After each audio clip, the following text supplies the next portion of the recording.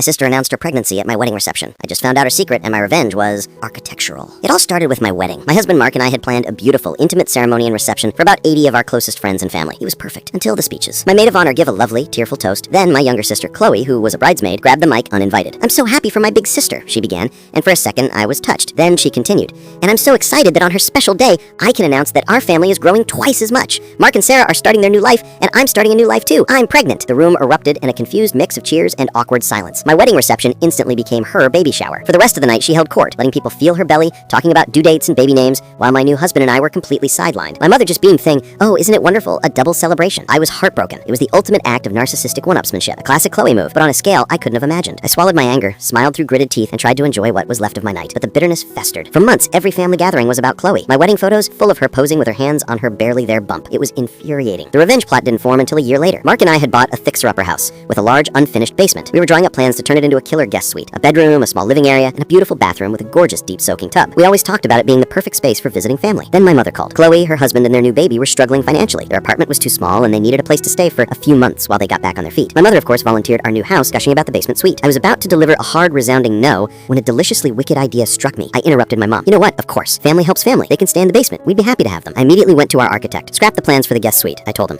"We're on a tighter budget. I just need the bare minimum to make it legally habitable." I became deeply personally involved in the new stripped-down design. The revenge wasn't in saying no. It was in saying yes. We installed the cheapest, thinnest carpet we could find. The walls were painted a depressing, flat shade of institutional beige. The bathroom was a masterpiece of petty engineering. We installed a sink with that frustrating faucet where the hot and cold are separate, so you either freeze your hands or scald them, but the pièce de résiste was the shower. I specially ordered the most water-efficient, low-flow shower head on the market. This wasn't a gentle rain-style shower head. This was a punitive device. It produced a sad, anemic trickle of water, a pathetic drizzle that made it impossible to rinse shampoo out of your hair in under 20 minutes. The water pressure was so laughably bad that taking a shower became a chore that left you more frustrated than clean. It was completely legal and up to code, but it was utterly, soul-crushingly miserable. Chloe and her family moved in. The first few days were fine, then the complaints started. "The carpet feels weird," she said. I smiled. "It's very durable. It's so cold down here," her husband mentioned. "The insulation is to code," I chirped. But the shower was the constant grinding headache. They begged me to let them change the shower head. I refused, citing water conservation and building code compliance. I'd say, "Oh, I looked into it, and any alteration would void the homeowner's insurance, so sorry." They were trapped in a beige, low-flow nightmare of my creation, and I was the sweet, helpful sister who had so generously taken them in. They lasted 2 months. The constant discomfort, the dismal bathroom, and the sheer petty misery of it all wore them down. They moved into a cramped but functional apartment and never complained about our hospitality to the family, because how could they? They'd sound so ungrateful. My mother still thinks I'm a saint for trying. The best part, now that they're gone, we're finally building the beautiful guest suite we always wanted, with a rainfall shower head that could blast the skin off a rhino. Sometimes revenge is best delivered not with a shout, but with a quiet, consistent, and perfectly legal trickle of water.